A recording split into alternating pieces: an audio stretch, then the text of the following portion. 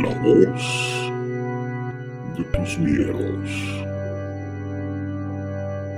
viene desde el Mictlán.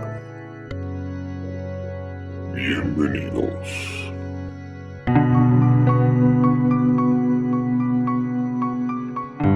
Hola queridos amigos desde el Mictlán, yo soy Lilith y estoy súper contenta de estar una vez más con ustedes. En esta ocasión nada más vamos a estar el Doc y mi querida Mon, entonces pues hay que saludarlos. Mon, ¿cómo estamos? Hola, muy bien, muy contenta y muy pues emocionada por el tema del día de hoy. ¿Y tú, Doc, cómo estás? Bien, pues ahora sí que engalanado por dos bellezas femeninas. La verdad es que estaba acostumbrado a que éramos más bien el clan masculino, pero como siempre hemos dicho, Fempower. Aquí creemos en la mujer y que tienen muchísima capacidad para hacer las cosas. Entonces, la verdad es que estoy bastante contento. La verdad, me da mucho gusto que las chicas empiecen a tomar el control de este podcast. Nos vamos a apoderar, nada, no es cierto. Así empieza el cambio, ¿eh? Bueno, será momento de que nos releven. La verdad es que no nos vendrían mal unas vacaciones a Lick y a un servidor, pero la verdad es que creo que hemos hecho muy buen equipo y me da muchísimo gusto, Lilith, que ya estés como interactuando más con nosotros a partir de estos programas que grabamos aún en distancia, pero pues que estamos ahora sí que toda la familia mictlanera unida, ¿no? Exacto, la distancia nos une. Gracioso, pero Sí, cierto. así es. Y pues, Moon, ¿quieres recordarnos, por favor, nuestras redes sociales? Claro que sí, pero no sé si quieras decir primero los agradecimientos. Oh, sí, agradecemos como siempre a nuestro querido amigo Luis Miguel Aguilar, que tan gentilmente nos ha compartido el tema con el que ustedes escuchan la apertura y el cierre de este podcast. Y a la vez también queremos agradecer a Néstor Guerrero. Él es quien nos está siempre apoyando y ayudando con las cuestiones de el audio y todo este show, pero también compuso el tema Camino hacia el Mictlán, que escuchan en las leyendas los martes. No lo olviden. Son martes de leyendas. Sí, y pues bueno, ojalá que sí las escuchen. Y ahora sí, vamos a, pues, ¿dónde nos pueden encontrar? En nuestras plataformas ya saben que estamos pues en YouTube, en Spotify, en Apple Podcasts, en iVoox, en Anchor, y en redes sociales pues estamos en Facebook, la página pues como Desde el Mictlán, y en un grupo como Voces del Mictlán. También estamos en Instagram, y por si quieren enviar pues ya saben historias o algo, también tenemos nuestro correo, que es contacto desde el Mictlán. Ya saben, Mictlán es MICTLAN @gmail.com. Y pues el día de hoy Lilith nos va a hacer el honor de introducirnos, ¿verdad?, al tema que vamos Así es. Y pues bueno, vamos a darle, y como ustedes ya vieron, pues películas mexicanas de terror, un tema que nos emociona muchísimo, pero antes de darle a las películas y eso, vamos a remontar desde los años 30, porque sí, así como ustedes lo escuchan, pues el cine de terror en México es tan antiguo como la época de oro mexicana, desde esos años, y pues los primeros años se dieron que inició esto en los años 30, para ser exactos, en 1933. Y una peculiaridad del cine mexicano, como siempre los mexicanos poniendo ahí su toque, es que pues no somos como que la copia clásica, ya saben, de Estados Unidos, de Europa o hasta incluso de Asia, ¿no? Que es ellos abordan mucho lo que es temas de vampiros, el clásico hombre lobo, espíritus, demonios, asesinos seriales o ya en la actualidad, pues más como con adolescentes y este tipo de temas, sino que una peculiaridad que a mí me llama mucho la atención y por la que en México se da con la primera película del cine del terror mexicano es con La Llorona, como ya les había dicho en 1933, que México tiene esa particularidad y que nosotros también tenemos nuestros martes de leyendas y por qué no dar con pie derecho a una leyenda clásica en México y que estoy segura que todos alguna vez hemos escuchado hablar de La Llorona, hemos tenido alguna historia relacionada, conocemos a alguien que a lo mejor la ha escuchado, pues así fue como inicia el cine de terror mexicano y que estábamos ahí también compartiéndonos unos títulos porque el siguiente título para el año 34 es El fantasma del convento y ya de ahí también otra clásica historia es la de dos monjes que a lo mejor y la han escuchado que es de las primeritas y que estas películas muchos las podemos, bueno, es ya difícil de hecho encontrarlas o Sí. tener acceso. El doc nos hizo favor de compartirnos la del fantasma del convento, que nada más la encontramos por ahí en un link de Facebook o incluso en YouTube. Pueden encontrar dos monjes en YouTube, eso sí. Y la de La Llorona. Sí, también la de La Llorona, pero ahí les va un tip para muchos que las estén buscando y que ya cuando todo se nos normalice y estemos bien de vuelta, en la Filmoteca de la UNAM, ahí conserva varios de estos títulos y que estoy segura que pues se van a empapar mucho de este género. Sí, creo que la verdad vale la pena darse vuelta en esos lugares donde se conservan joyas de verdad del cine nacional en todos los sentidos.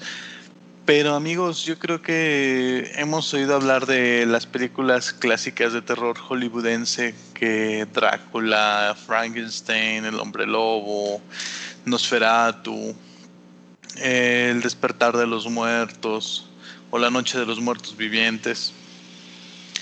La verdad es que todas estas películas no dejan de gustarnos, sí lo voy a decir, o sea, no hay que caer en estos extremos de decir, no, es que solo lo extranjero es bueno o no, es que nada más lo mexicano es bueno. Podemos disfrutar de los dos mundos, o sea, no tenemos por qué cerrarnos a decir, no, nada más o nada más el otro. Realmente podemos disfrutar un poco de los dos, tanto de nuestras raíces como conocer otras culturas, ¿no? Pues yo creo que te enriquece, ¿no? Más bien porque precisamente te da esta perspectiva de cómo cada cultura, cada país percibe el terror, ¿no? En este caso, pues como comentaba Lilith, de que en Estados Unidos pues tienen, bueno, desde siempre, desde hace muchos años, la parte de los monstruos, o aquí pues tenemos como nuestra forma de nuestros propios fantasmas, nuestras propias criaturas. Entonces yo creo que tener como diferentes perspectivas y abrirse a eso, pues yo creo que es interesante porque vas conociendo, ¿no? O sea, como que te aporta algo eso. Sí, y creo que también es un género que a veces olvidamos los mexicanos. La verdad, creo que casi no se habla, ¿no? O sea, si oímos hablar así como de cine mexicano, es así como drama o comedia. Sí, como que lo dejamos mucho de lado, ¿no? Como que no sé por qué razón, pero sí, y sí hay muchos títulos, desde los 30, ¿no? Que estamos viendo ahorita. Sí, no, o sea, podemos ver títulos tan antiguos como estos de los años 30, hasta, por ejemplo, 2017 que salió una película con el título Vuelven, o tenemos una película del año 2015 que es la de Archivo 253, que ya hablaremos después. Pero creo que tú nos traías por ahí una listita, ¿no, Lilith? Sí, justo ahorita que lo mencionas, que entre las películas que más resaltan son por ahí antes del 2000, que son las como que más representativas o que tienen como que mejor trama a lo mejor y para muchos críticos, y que entre ellos pues podemos resaltar claramente, por ejemplo, las que grababa El Santo contra los zombies, que también se considera, ¿no? Parte de este género. Vacaciones de terror, que la vez pasada lo tomamos como mucho a broma, pero fíjense que es considerada de las mejores películas. La Llorona, por supuesto, que es la primer película del cine mexicano, bueno, de terror. Sí, sí. También viene Veneno para Hadas, que esta es ya más para acá del 1984. Santa Sangre del 89, que también por ahí por esos años. El Misterio del Rostro Pálido, que es de las muy antiguas, 1935. Sí. Esta estoy segura que la han escuchado, Más Negro que la Noche, del 75, claro, con Lucía Méndez. Y creo que hay un remake, a Beckett. También hicieron un remake de esa película. Hay muchas que hacen remake, pero sí. Kilómetro 31, que igual fue muy hablada ahí en el 2016. Bueno, ya es de las más actuales. Hasta el viento tiene miedo, que es de las que a mí, sí, la verdad, sí me llegaron a dar miedo ahí. Esta es del 67. El vampiro. De esa. ¿Mande? De Hasta el viento tiene miedo, según yo, también hay un remake. Sí, que es del 70 y algo, ¿no? Si no me equivoco. La original es del 70 y algo y el remake es ya por acá de los 2000. Pero la verdad, en mi opinión, y ahora sí me lo adjudico a mi opinión, los remakes no fueron tan buenos como los originales. Sí, sí. No, nunca se puede comparar, ¿no? Como que siempre. Yo creo que... Sí, perdón. No. Tú dile. Bueno, yo creo que algo rescatable, como dice el doc, de hablando de remakes que no son tan buenos, yo creo que lo que hay que aplaudir o hay que resaltar del cine de esos tiempos es la parte de cómo con los recursos tan escasos que se tenían de ese tiempo a la actualidad, o sea, cómo podías hacer mucho con tan poco. En cuestión de, a lo mejor, y si no tenían tanta producción en cuanto a efectos, cómo toda esa parte de transmitirte pues realmente miedo era por medio de la música, o sea, y es algo que siempre aplaudo y que siempre resalto, es eso, ¿no? La parte de la música, cómo te transmite, o sea, tanto miedo, y que hay muchas canciones aquí representativas que escuchas y en automático relacionas con tal tal película de terror y que te marcó y en esos tiempos hasta marcó infancias, ¿no? O sea, cómo con eso poquito, y aparte el reto al que yo creo que se enfrentaban ahí en el 33 era que eran películas pues en blanco y negro. O sea, ahorita ya como sea hay varios recursos que te ayudan en cuestión de los efectos en los personajes, en que te ayudas de los colores, un sinfín de cosas o elementos que puedes agregar incluso por la digitalización y que en ese tiempo no se tenían. Y cómo es que si es complicado transmitir algún género como es el de comedia, el de drama, ahora lo difícil que es trasladarlo a la parte del terror. Y yo creo que también lo que ayudaba mucho era precisamente lo de la historia, ¿no? O sea, porque ahorita pues se utilizan muchos estos recursos pues para asustarte de momento, así como de, ¡ay, apareció la sombra!, ¿no? Y antes no, o sea, antes era como que sí te ponían una historia que te intrigaba, que, o sea, era con la música y ahí ibas viendo cómo el personaje se iba adentrando a la situación. Y yo creo que por eso se vuelven como de culto y tan importantes porque igual, bueno, ya sí nos burlamos de algunas, ¿verdad? Ahorita pues porque ya envejecieron, pero muchas sí, o sea, las puedes volver a ver y todavía te causan así como de cómo lo lograron, ¿no? ¿Cómo hicieron? ¿Cómo se les ocurrió esta idea y cómo se les ocurrió hacerla de esta forma para pues transmitir, ¿no?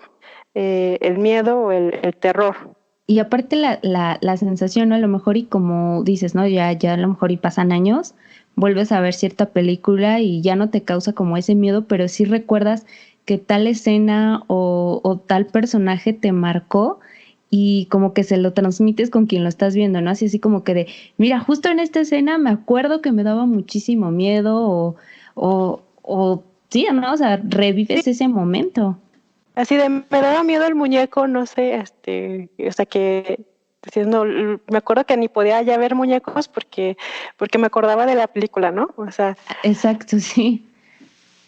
Creo que hay varias películas que tienen esos momentos memorables. Por ejemplo, a mí una película que en lo particular me marcó mucho en ese sentido fue la película de Más Negro que la Noche. Si sí. ustedes recordarán, y sin soltar spoilers, pues hay un gato negro dentro de esa película. Uh-huh. Entonces, yo cuando escuchaba la voz así de la señora de Beckett, ¿dónde estás? Era así como de... "Ay". El escalofrío, ¿no?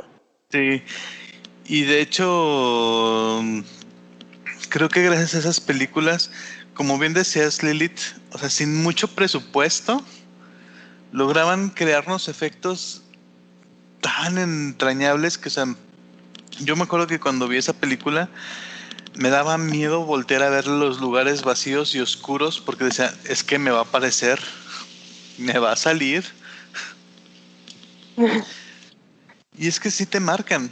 O sea, y de verdad yo creo que una película de terror buena es la que te marca en el sentido de decir, como decíamos, escuchas algo y dices, ay, o sea, por ejemplo, creo que todos, hablando fuera del cine mexicano, pero por ejemplo, quien escucha la canción de Campanas Tubulares de Mike Oldfield, a lo mejor nadie lo ubica, pero si les digo, el tema del exorcista, Sí, sí, sí, todo, sí, sí.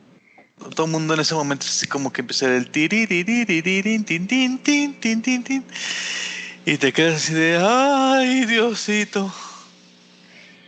Fíjate Sí, que pues ahorita, sí, sí. No, dale, Moon.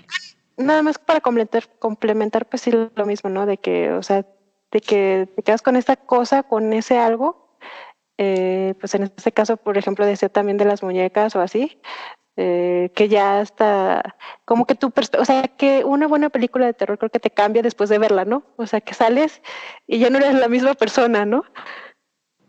Sí, no, Y, y di Lilith, di. perdón, es que aparte, o sea, esto me recuerda porque hay mucha gente que, bueno, nuestros papás, ¿no? A lo mejor ya a ustedes les llegó a tocar que, porque ellos veían todos estos estrenos, pues ya los más actuales, en directos en los cines, y me acuerdo que muchos, bueno, a mí me comentaban que me decían, es que yo de verdad no terminé de ver la película, me tuve que salir a mitad de Sí, lo que la estaban pasando, porque la verdad es que no la aguanté y aparte de esto, no sé, soñé feo, le tuve miedo a esto, porque creo que para muchos, a esos tiempos, el cine de terror mexicano tocaba temas que eran muy sensibles para ese tipo de épocas, como por ejemplo hablar de demonios o de posesiones, era así como que un tema que era mucho de cuidado y que a mucha gente le causaba mucho temor. La verdad es que sí te sugestionaba fuera sí. de la trama. Te sugestionaba bastante, entonces creo que un aliado muy bueno eran tocar temas que eran sensibles en esos tiempos, que ahora ya la verdad es que tocan cualquier tema y pues uno así como que, ¿no? O a ver, vamos a verla y la ves como si nada, pero en esos tiempos, en la forma en la que tenían de pensar muchas personas, pues eran como que temas bien impactantes. No, y que era muchas veces la primera vez que se tocaba el tema Exacto, en nadie un lo había cine. tocado, sí. Porque, por ejemplo, esta cuestión de hablar de sesiones espiritistas o, por ejemplo, hay una película muy interesante que fue grabada precisamente ahí en Ciudad de México, en la colonia. Ay, recuérdame, Lilith, ¿dónde está el kiosco morisco? Ahí por el Chopo. Me agarraste en curva entre localización. Sí. Es que en esa colonia hay varios baños, o hubo una época donde florecieron los baños, ahora sí que de sauna, y donde las personas podían ir a bañarse si no se podían bañar en su casa. Que esto es bueno, nada más para resaltar el dato para los amigos que nos escuchan de otros lados, es como dices bien, en Ciudad de México, justo en la alcaldía Cuauhtémoc. Pero ese barrio tiene un nombre bien particular. Santa María la Ribera. Santa María la Ribera. Sí. Ahorita les consigo el nombre de la película mexicana, pero es que fue de un hitazo porque, por ejemplo, manejaron una historia con este tipo de grabación tipo Bruja de Blair, como un documental falso, donde se está grabando un documental falso sobre sucesos paranormales ahí en un baño de Santa María la Ribera. Pero en lugar de que el protagónico fuera un fantasma o un ser maligno. Un ser maligno de los que normalmente conocemos, pusieron una de estas cajas donde guardan los demonios los judíos. Ahorita les consigo el nombre de cómo se llaman estas cajas. O sea, que no era como un espectro así, sino que estaba como encerrado en una caja, ¿no? Es la caja D-Book. No sé si han oído hablar de ella. No, la escuché. Los judíos dicen que cuando hacen un exorcismo, porque pues también hay exorcismos dentro de la tradición judía, y ahí ellos hablan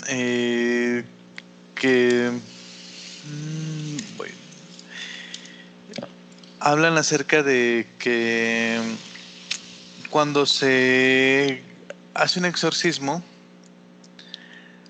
lo que sucede es que el espíritu sale y lo tienes que capturar, porque si no tiene que habitar en otro cuerpo. Y cuando hacen esto, tienen una caja donde tienen escritas palabras sagradas en judío, en hebreo, mejor dicho. Y entonces ellos hablan de que hacen el exorcismo y obligan al espíritu maligno a entrar a esta caja, a un objeto que está en la caja, y entonces ellos cierran la caja y debe de guardarla y preservarla la familia a quien le hicieron el exorcismo de generación en generación, evitando que la caja vuelva a abrirse. Porque de abrirse, pues tendrían que enfrentarse a este ser. Entonces, la película se llama Perdidos. Y entonces, algo que rescata esta película es que tiene la única grabación a nivel mundial de un exorcismo judío, del audio de un exorcismo judío. Así empieza la película y ustedes van a empezar a escuchar el audio del exorcismo. Y después se desarrolla la película en estos baños de Santa María la Riviera. Y empieza a desenvolverse la historia hasta que encuentran que está esta cajita curiosa. Suena interesante, suena diferente. Sí, la verdad es que creo que sí es una película bastante diferente y es una propuesta más reciente. Esta película salió en 2017. Muy reciente. Sí. La presentaron déjenme, leo aquí mi acordeón, perdón. Les leo la sinopsis. Dice: se trata de la historia ficticia de 4 jóvenes que realizarán en una noche un documental para encontrar fantasmas, teniendo como locación unos baños abandonados, con cámaras fijas y al hombro, intentan grabar a los espíritus que se dicen habitan ahí. Pero el director Cohen enfatiza en la forma, parte de una idea novedosa en el cine de terror mexicano, un exorcismo judío. Sobre todo por eso, Perdona, Sí, nada más. no, disculpa, es que interesante cómo todo se puede desarrollar en México y cómo tocan, ¿no? Temas ya judíos y muy particular esto, ¿no? Y sobre todo es que si cuidan los detalles de cómo es un exorcismo judío, creo que vale muchísimo la pena verla. Sí, y creo que para la realización de la película, uno de los datos que yo había leído en algún rincón es que la caja D-Book que utilizan dentro de la película, o sea, esta cajita es real. Es una verdadera caja D-Book. Me da curiosidad saber si no hubo ahí alguna actividad paranormal con los actores o el director o algo, o alguna maldición como es, ya saben, ¿no? Es un clásico que cuando se usan elementos reales llega a darse esta parte, Sí, ¿no? sí. Que incluso hasta hay quienes mueren, ¿no? Y como que son películas malditas. La que sí sé que tiene algo así parecido o algo así por el estilo es otra película mexicana también reciente que se llama Archivo 253. Me parece, no me crean amigos, pero ambas creo que están en una plataforma de una N roja. Ah, ok. Es medio conocida. Sí. Y esta película de Archivo 253 también es como de este género de film falso. Uh-huh. Pero aquí se grabó en un lugar que sí tiene actividad paranormal, que sí existió y que lamentablemente el lugar no existe más. Ellos fueron, o sea, les platico un poquito cómo está esta onda. Yo sé que a lo mejor ustedes me van a decir, no, es que yo venía a escuchar que me contaran sobre la película de Veneno para las Hadas o esas películas clásicas. Cañitas, nada, no es cierto. Véanla para que vean lo malo que es el cine a veces. Pero realmente yo quiero también traerles como un poquito, sí vamos a tocar estos temas de las películas clásicas, ¿por qué no? Hay varias clásicas muy buenas, pero también se está haciendo cine actualmente y hay cosas nuevas, por ejemplo de la película de Perdidos, una joya. Y esta otra de Archivo 253 no se la pueden perder porque ¿alguna vez, querida Lilith, escuchaste hablar de la Clínica San Rafael? Sí, he escuchado ahí unas menciones. Bueno, pues fue una clínica psiquiátrica particular que existió en la Ciudad de México alrededor de los años 60 y que cerró. El hecho aquí que vuelve la película como atractiva fue que cuando se enteran que lo van a demoler, el director de esta película, que es Abe Rosenberg, dice él, ¿sabes qué? Hay que hacer algo. Ir a grabar. Sí, porque, o sea, de hecho lo que sucedía es que mucha gente se metía, hacía exploración urbana, sin fin de cosas. Lo de siempre cuando son estos lugares así como abandonados y más como estas clínicas psiquiátricas que te invitan. Sí, entonces lo que sucedió aquí fue que trataron de buscar el permiso para grabar, se los denegaron.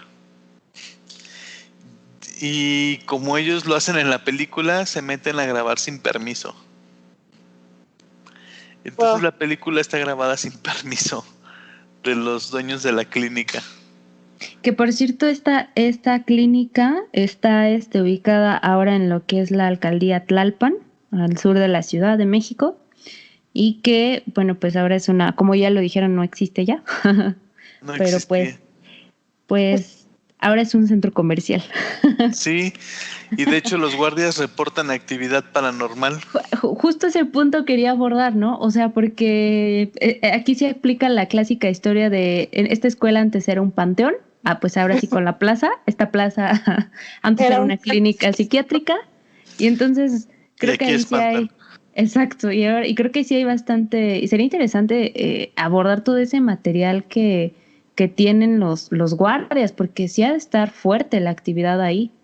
Pues de hecho estoy buscando, busqué de la película ahorita porque siento que sí la vi, fíjate, siento que la vi de esas veces que te pones a ver películas random en internet. Sí.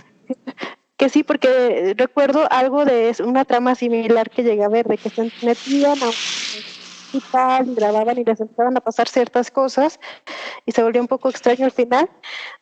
Entonces no sé si sea esa, pero ahorita buscando también ya referencias, pues sí, dice aquí que sí les pasaron cosas mientras grababan en el set, que a uno de los actores se le apareció que un monje y que se escuchaban cómo vidrios se rompían. Y de hecho, que varias tomas de la película no son fake, claro. No son montajes. Varias tomas sí le sucedieron y fue así como de ¿qué hacemos? No, pues déjalo. Se ahorraron ahí la producción. Sí, o sea, y dicen que muchas cosas sí les llamaron de pronto, dice que creo que esta película la tuvieron que grabar algo así como está grabada como en 72 horas, una cosa así como de... Bien extrema, ¿no? Bien rápido. Sí, o sea, tuvo que ser rapidísimo porque ya estaba todo preparado para la demolición del edificio. Entonces, esto de verdad es una joya en el sentido de que van a ver un edificio que ya no existe. Es un lugar donde sí hay situaciones, porque hay que decirlo, o sea, hubo horrores en la medicina que se hacían con el afán de curar, entre comillas. O experimentar, ¿no? También para... Que se experimentaba, que se trataba a los pacientes, o sea, y por ejemplo, sobre todo en los pacientes psiquiátricos. A mí se me hace muy triste porque es un paciente que o sea, realmente su probabilidad de rehabilitación es muy, muy baja. O sea, sí puedes sacar a un paciente con depresión, a un paciente que tiene ansiedad, pero un paciente que ya está psicótico o esquizofrénico, es muy difícil cuando ya está muy avanzada su enfermedad sacarlo, ¿no? Y muchas veces son pacientes que son muy avanzados.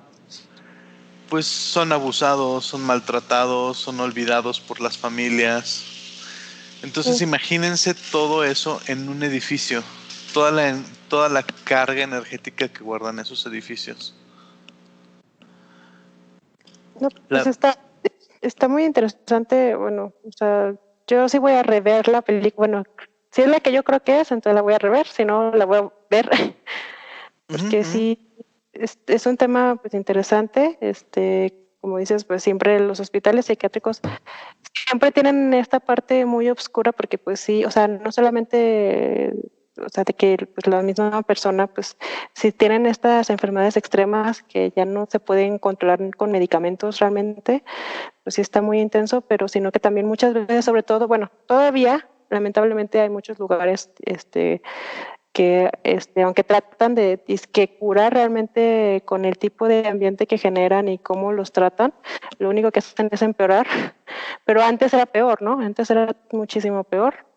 Entonces yo creo que sí está fuerte e interesante al mismo tiempo. Y que yo creo que algo que siempre va a llamar de una película y sobre todo que sea de terror es que tenga un detrás de, ¿no? O sea, saber que varias escenas, pues sí, fueron reales, que ni siquiera fueron como que planeadas o montadas. Saber que si lo queremos ver así como pues un lugar que sí es histórico y que saber en la actualidad qué es. Entonces creo que es una película que invita a mucha gente a verla e incluso quienes ya la vieron a volver a verla, porque sí, o sea, lo que atrapa después de esto es que te quedas con el, ¿será o no es cierto? Y te pones a investigar más temas, ¿no? En este caso sobre la clínica San Rafael y empiezas a ver, no sé, videos en YouTube y empiezas a encontrar casos y entonces te vas como que envolviendo y creo que eso como que ya te predispone a ver la película pues aún con más intención. Exacto. Sí, y ya no deja de ser más que deja de ser la película nada más de susto como para tener fondo. Sí. O sea, realmente ya te llama más la atención por algunos otros aspectos que por el mero hecho de sentir miedo. Ya lo platicábamos con Mariana Palova y decíamos que el miedo es, yo creo que el instinto más básico que tenemos. Es la emoción así como más fuerte que podemos llegar a vivir. Porque, o sea, creo que viene en nuestro ADN. O sea, el miedo es algo con lo que lo traemos. Sí, lo naces con eso, es como, pues es una forma de sobrevivir, ¿no? O sea, el sentir miedo es como una alerta que tienes de ciertas cosas, o sea, como que tu cuerpo, tu mente te dice, tienes que tener cuidado con esto, ¿no? Es peligroso. Y la verdad es que sí es como de esas películas que, o sea, me han dicho, sí es de esas emociones que son muy intensas, como el amor. También el miedo es muy, muy intenso. Sí. Y no sé, Lilith, ¿a ti qué película ha sido la que más te ha marcado? Yo creo que, bueno, de mexicano, que estamos tocando el tema del cine mexicano o en general del terror. No, de mexicano. Porque no, sí tengo una bien marcado de en general, pero yo creo que una de las que sí me llegaron a causar mucho miedo cuando yo la vi, porque no fui tan de empaparme de películas antes de este género, pero sí la de Hasta el viento tiene miedo. Sí. Sí. Es así como que sí me causó mucho nerviosismo. Y aparte porque ya ven que es cuando te pones a ver películas que, como dicen, ¿no? Y andas provocando el miedo, la sensación de sentir miedo. Y que dices, esta película la voy a ver solita. Y yo me acuerdo que la vi con mis sobrinos, que eran más chicos que yo. Entonces como que yo era la única persona como que más ahí racional. ¿Mayor? Sí, entonces todos de verdad se trajeron esa vez una sábana y todos estábamos metidos en la sábana, así como que no, ya va a salir, no, ya va a salir. Y es lo que yo les comentaba y desde ahí me di cuenta que la música tiene muchísimo que ver para todo, o sea, de verdad para todo, pero sobre todo en estos casos, porque yo me acuerdo que nada más escuchar así como que tantito dije, no, ya va a venir una escena muy fuerte o se nos va a aparecer quién sabe qué cosa y era estar volteando a los lados de no, por si no se aparece en la pantalla, se nos va a aparecer aquí mismo. Entonces, sí me acuerdo que fue una como que me marcó porque sí me entró bastante nervio y luego sentir el miedo de los niños que lo transmitían y que se ocultaban tras de ti así como que tú nos vas a defender y yo no los voy a defender de nada.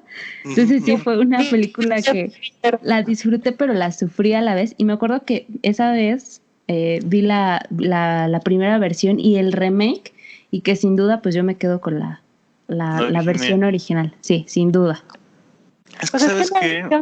El remake, nada más decir que el remake, creo que hubo un gran fallo en esa versión, porque yo también, o sea, vi el remake y se me hizo fatal que empezaron a volverlo muy sexual, no sé si se puede decir, como muy hacia otro tema que no tenía nada que ver con lo que era original, o sea, empezaron a meter temas que no iban con lo que iba la película original.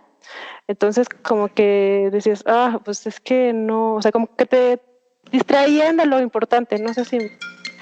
Y ya no sentías como el mismo impacto, ¿no? Sí, aparte que, por ejemplo, cuando dicen remake, dicen, bueno, la van a mejorar, pero ya es que le quieren meter el efecto o cambiar un poco la historia. Y entonces como que esa parte que pues te causaba miedo a lo mejor y como dices, ¿no? Ya otros elementos te distraen y pierden como que el objetivo principal que es ese, ¿no? Transmitir el miedo. Sí, sí. ¿Y qué vas a decir, Doc? Bueno, pero pues sí, yo creo que esa es una película también, que sí, o sea, sí me acuerdo que llegué a ver y sí es muy buena. Sí, un clásico, ¿no? Que mucha gente menciona, ¿no? Que es como que, a ver, mencióname una película del cine del terror mexicano y luego como que es una de las películas que son de las primeritas que te pueden venir a la mente, ¿no? Es que fíjate que hay algo muy interesante porque pues por lo que mencionaste al principio, pues hay como diferentes etapas en el cine de terror mexicano, ¿no? O sea, pasamos Exacto. como la parte de las leyendas en los 30s, para los 50s y yo creo que para hasta los 70s empezaron a ver esta cuestión de retomar ahora sí la parte como medio americana de monstruos, pero nuestra versión de monstruos, que era con Sí. Y yo creo que ya para pasando los 70s, 80s, ya fue como una renovación completa del concepto de terror mexicano, porque ya son estas historias como que van más hacia la historia, que te están contando, o sea, que no solo se trata como de, un espíritu o eso, sino que te cuentan una historia que los personajes de verdad se involucran en cierto tipo de circunstancias. Por ejemplo, bueno, ya dijo el Doc, ya lo mencionó, y sí es muy también un clásico muy que todo el mundo, yo creo que la mayoría yo creo que conocemos o hemos visto o hemos escuchado, por lo menos la del veneno para las hadas. Ajá. Creo que es muy interesante, por ejemplo, el concepto de esa película porque ahí realmente no se trata de un espíritu.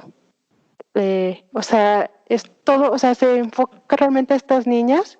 No voy a hablar mucho por si no la han visto, pues para que la vean. Spoilear.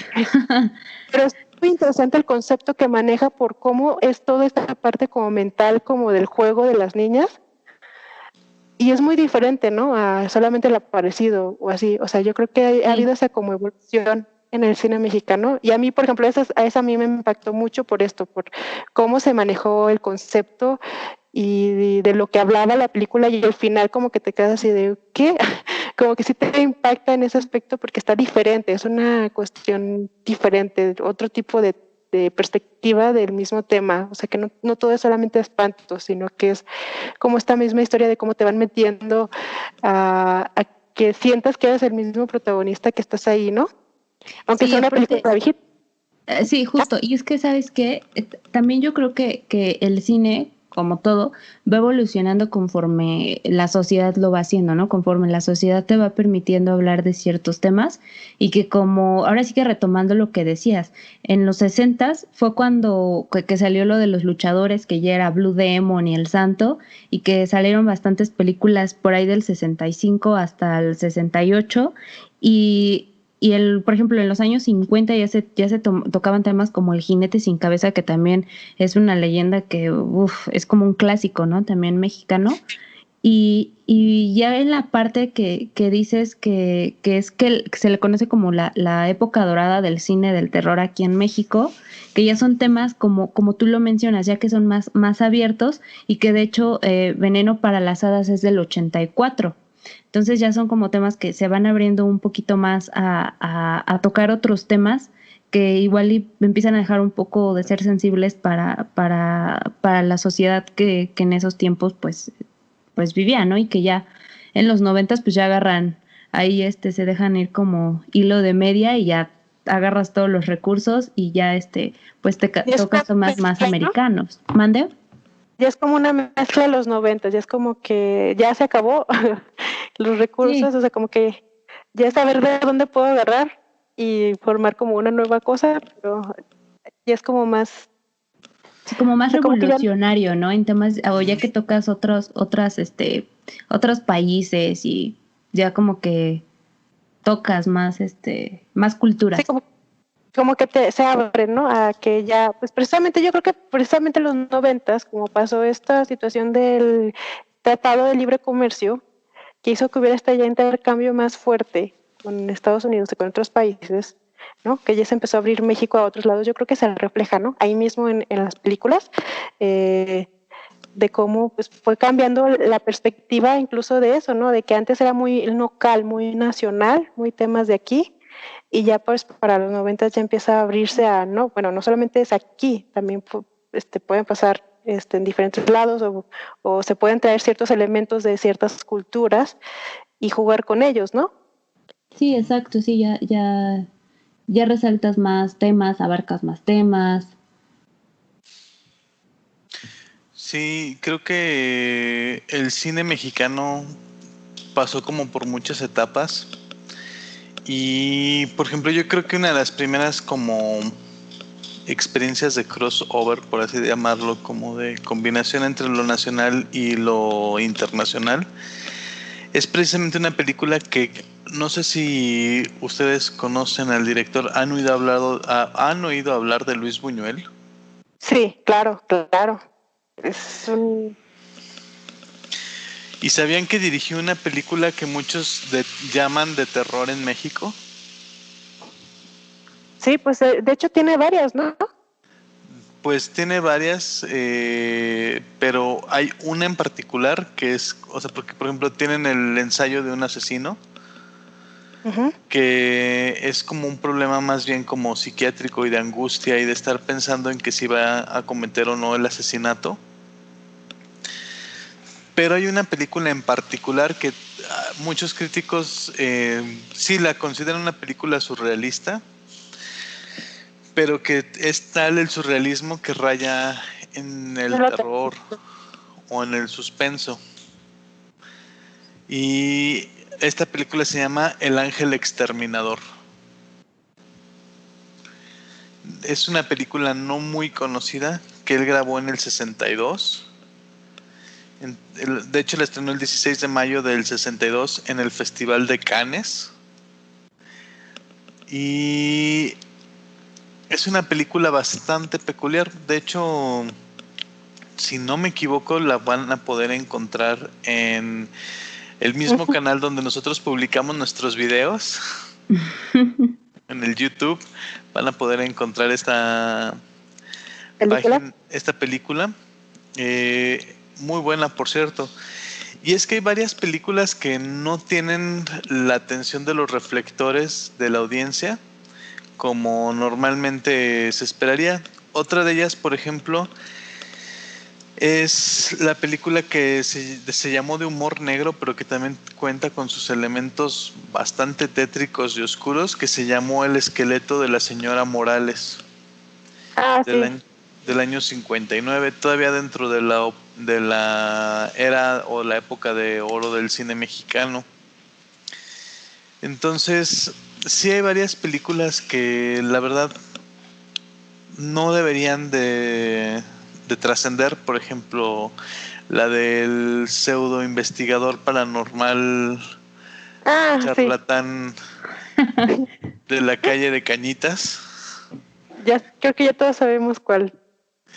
Sí, o sea, es una película, o sea, si el libro es malo, la película peor. Es peor. No sé cómo pudieron hacer una película y dedicarle presupuesto del Fondo de la Cultura y las Artes a eso, o sea, y que haya sido un best seller en México, híjole. Lo que hace la mercadotecnia, pues es que yo me acuerdo que sí era como muy sonado, ¿no? O sea, como que era, no sé, algo que todo el mundo hablaba y no, ni idea cómo logró llegar como a eso, ¿no? Pero pues sí, o sea, yo también considero pues que no debería de tener tanta atención, pero pues es esas situaciones extrañas que bueno, no estamos muy orgullosos, yo creo, de que se vea tan popular. Sí. Esa historia, porque además todavía te lo vendían como algo real, ¿no? Y es que sí fue real, pero no fue del charlatán. O sea, a final de cuentas, Carlos Trejo se robó la historia, que la historia real y lo que le sucedió fue a su hermana, pero a Carlos Trejo jamás. O sea, aparte de charlatán ratero, porque le robó la historia a su hermana y su hermana cuenta que la historia es completamente diferente a como él la contó, que sí, fue una historia de su adolescencia. Te cuenta cómo se desarrolla, te cuenta los elementos que se involucraron en ese tiempo para ella, pero realmente es muy diferente la historia, ahora sí que real, la que verdaderamente pasó, a lo que Carlos Trejo convirtió para poder vender. No, Sí, no. y es que Carlos Trejo, sabemos, es un vividor, ¿no? Saludos al señor Trejo, si nos está escuchando. Claro, claro. Espero que no. Un hater. Sí, no, la verdad es que a mí me tocó, en alguna ocasión vino aquí a Aguascalientes trayendo su show de lo paranormal. Era una burla a lo paranormal, de verdad, era una burla a los que realmente hemos vivido algo paranormal. Era una burla, de No, verdad. y es que para la investigación paranormal es así como fue una cicatriz en la cara de la investigación paranormal. O sea, porque atreverse a ponerse al nivel de, no sé, hay un parapsicólogo español que ahorita no traigo el nombre, disculpen, hoy ando muy oxidado, pero Argumosa, Germán de Argumosa. Y Carlos Trejo se decía que él era el Germán de Argumosa mexicano. Y yo así como, güey, no, no, no, no. No, no, por favor, no, no lo digas. Estaba de inventado siempre. Toda la vida. Todavía. Todavía. Y por ejemplo, creo que alguien que sí es muy rescatable, que no ha filmado sus mayores hits en México, pero que es un director del terror y que nos ha presentado seres que nos han helado la piel o nos han hecho soñar, es Guillermo del Toro. Sí, sin duda. Claro. Claro. No podía dejar. Bueno, empezó aquí más o menos algún medio, ¿no? Sí, bueno, su película de Cronos la grabó en México. Es correcto. Sí. O sea, esa película sí está grabada en México y aunque algunos consideran El Espinazo del Diablo como una producción mexicana, pues no, es una producción española. Pero él es mexicano y transmite eso que a los mexicanos nos da miedo. Sí. O sea, porque realmente, por ejemplo, si vemos precisamente esta película El Espinazo del Diablo, un niño muerto que se aparece en la noche y que tiene esos, si quieren llamarlo, clichés del terror mexicano, pero que nos dan miedo y nos paniquean, porque es con lo que hemos crecido. Son nuestros miedos con los que hemos ido creciendo. Sí. Entonces, yo sí creo que es un gran director. La verdad, el año pasado tuve la oportunidad de ir a su exposición. Y no, o sea, yo quedaría por tener un 10% de su colección de cosas, la verdad. Pero volviendo al cine mexicano, no sé, Moon, ¿tú tienes alguna película que te haya marcado del cine de terror mexicano? Pues de lo que comentaba hace rato, pues te había comentado la de, bueno, es un clásico, pero sí me marcó a mí mucho por lo que le decía a Lilith de Veneno para las Hadas, porque particularmente la forma en la que se llevó la historia, pues a mí se me hizo muy, muy diferente, ¿no? O sea, no era como lo de siempre, era como que tenía o sea, te habla de estas niñas y se enfoca en esas niñas y realmente está como rayando entre que si es realmente paranormal o no. Y eso es, siento que es muy interesante. O sea, sí, es una película ya pues muy chutada, o ya todo el mundo sabe de ella, pero yo creo que esa sí es de las que siento que sí merece el lugar que tiene, porque sí está muy interesante, o sea, está muy diferente a lo que uno está acostumbrado a ver como terror. Sí, Y, sí. y yo creo que pues sí vale la pena verla, ¿no? O sea, es de esas películas que sí, aunque sea muy sonada, sí es de esas que sí debes de ver, de cine de terror mexicano. Sí, no, yo creo que los clásicos, yo siempre lo he dicho, o sea, no estoy peleado con los clásicos. Yo siempre lo he dicho, los clásicos son los clásicos por algo. O sea, no se han ganado ese título nada más así como que... Ay, pues porque, bueno, sí hay algunos que se lo han ganado a pulso de mucha mercadotecnia y mucho dinero. Pero yo siento que hay clásicos que realmente se han vuelto famosos porque realmente son muy buenos. Y sobre todo hablando de estas películas de antaño, de los 60s, Hasta el viento tiene miedo, El libro de piedra, bueno, Veneno para las hadas, que es de los 80, pero Más negro que la noche, que es del 75.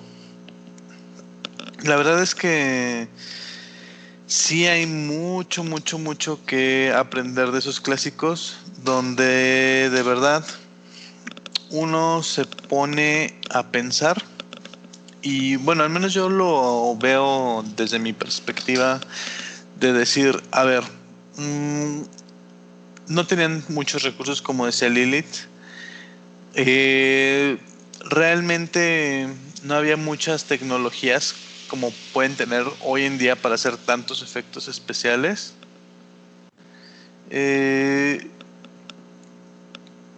Pero la verdad es que hacen cosas increíbles.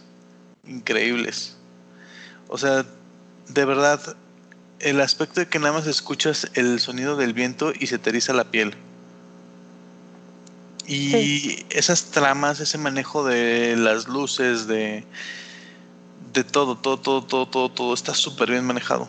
La verdad es que yo sí, mis respetos para todo ese cine, porque, pues, o sea, de verdad, podemos ver películas tan antiguas como podría ser otro clásico que yo creo que es una joya nacional de los 60s también, que es Macario.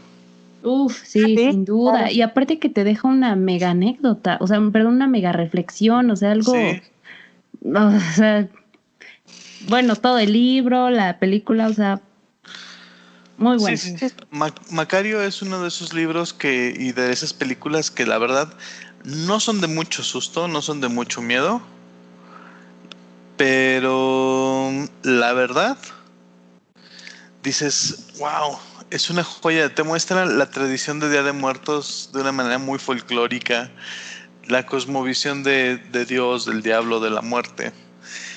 En fin, no les spoilereo más, pero Macario también es una de esas grandes, grandes películas. Sí, creo que vale la pena. Hay otro también cine sí.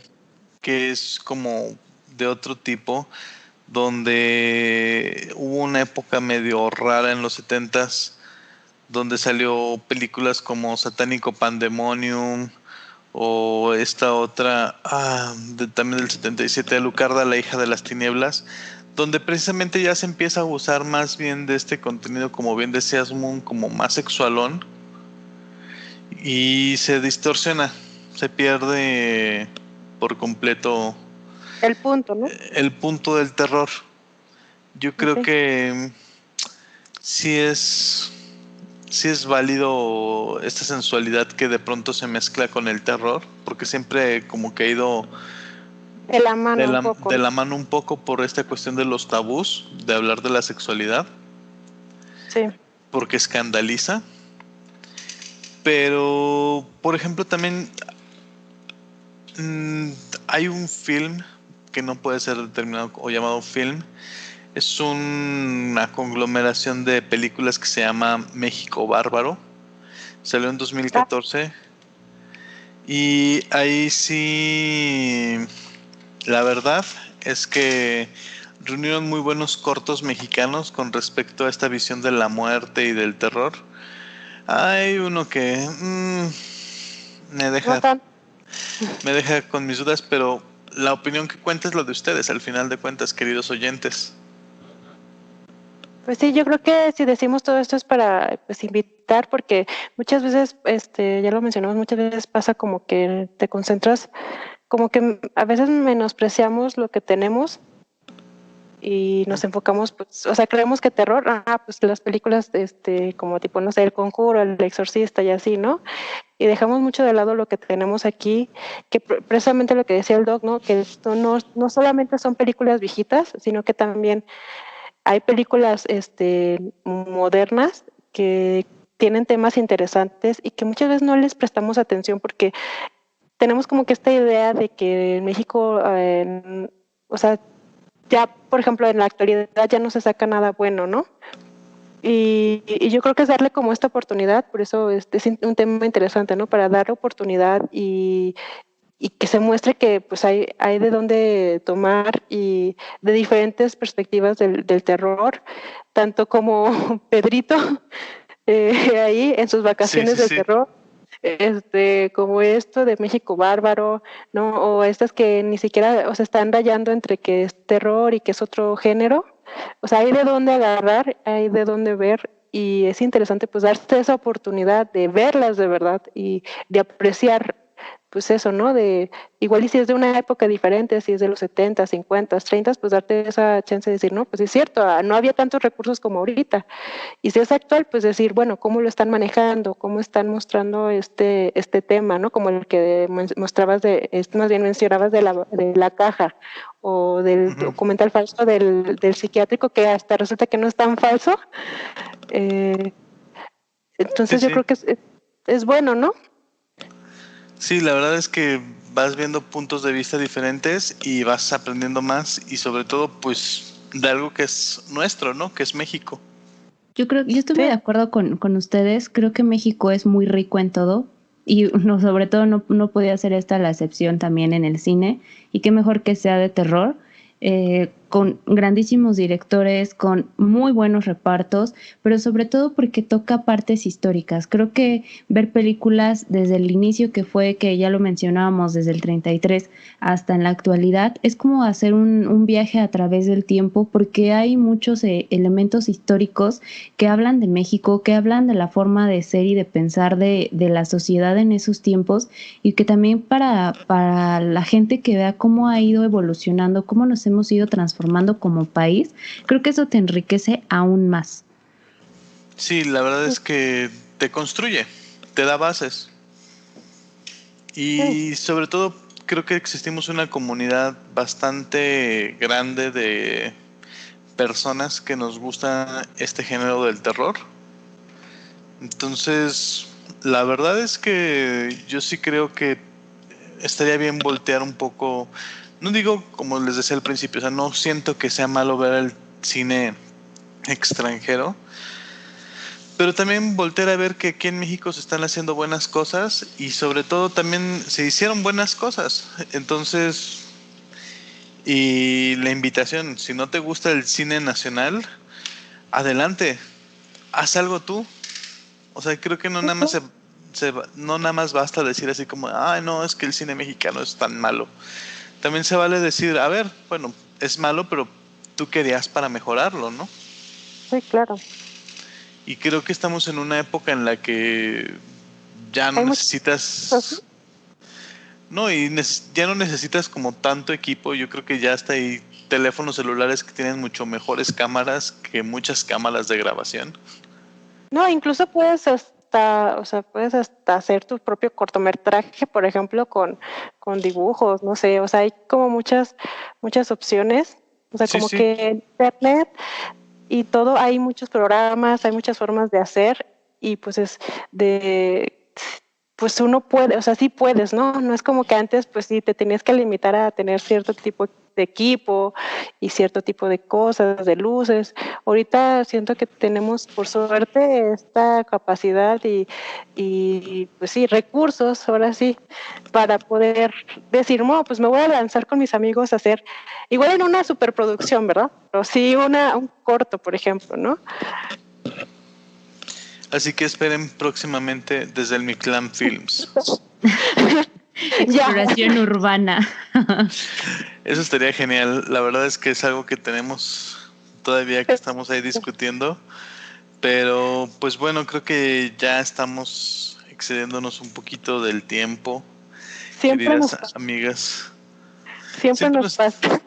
siempre nos pasa y más cuando estamos más de dos. Sí.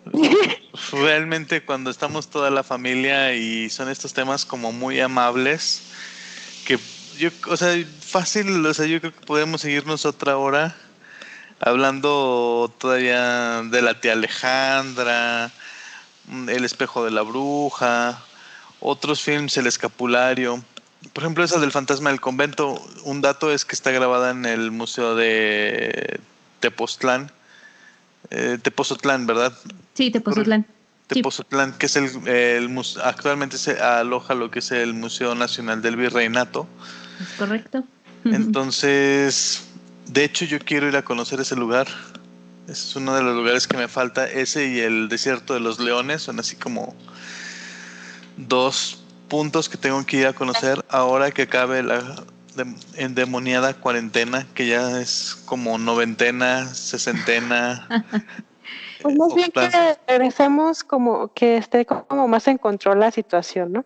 Sí, para que podamos viajar para allá. Pero la verdad es que sí, yo sí quiero ir a conocer todos estos lugares y sobre todo porque una vez que ves esa película del fantasma del convento, dices, ahora quiero ir a conocer el convento donde está el fantasma. No, y aparte que Tepozotlán tiene muchísimas leyendas, muchísimas historias que contar y que como son pueblos, a final de cuentas, pues te enriquece mucho escuchar a la gente de allá y conocer como que sus tradiciones y ya sabes, ¿no? Que siempre hay una historia clásica que todo el mundo cuenta su versión y entonces la verdad es que es padre ir ahí a ese pueblito mágico. Sí, la verdad es que sí tengo muchas ganas de ir y yo creo que vamos a llevar a nuestra guía Lilith a que nos dé un tour por allá. Allá para perdernos en el cerro. ¡Yay! A ver qué se nos aparece o a qué dimensión entramos. ¡Uhú! 10 años después, ya salimos. ¡Tarán! De hecho, Mario Yair comentaba algo que no sé si tú conocías, Lilith, o ya escuchaste.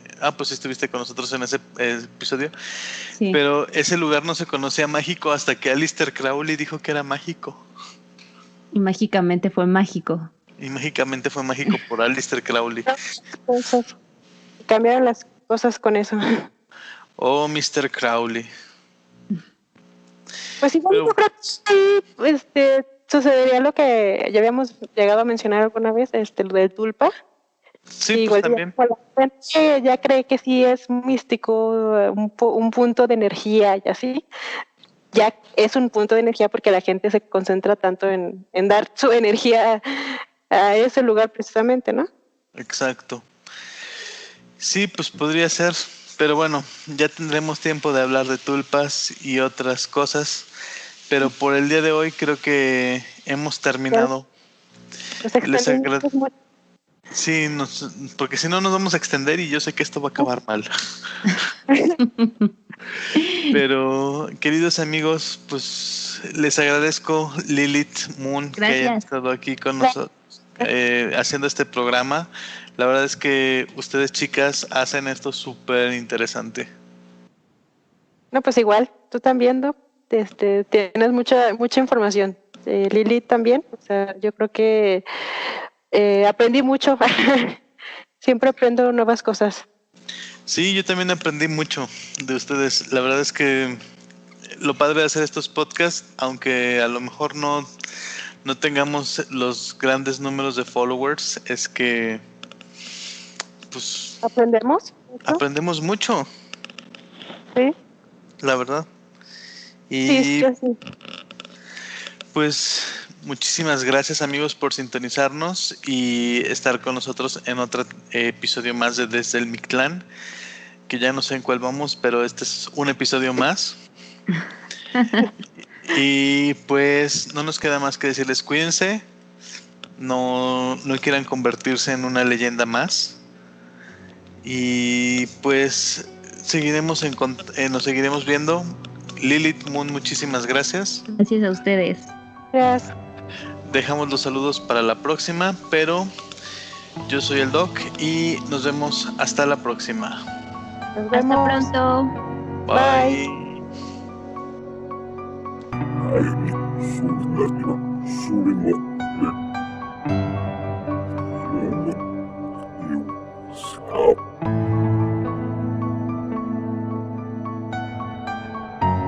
Hasta luego.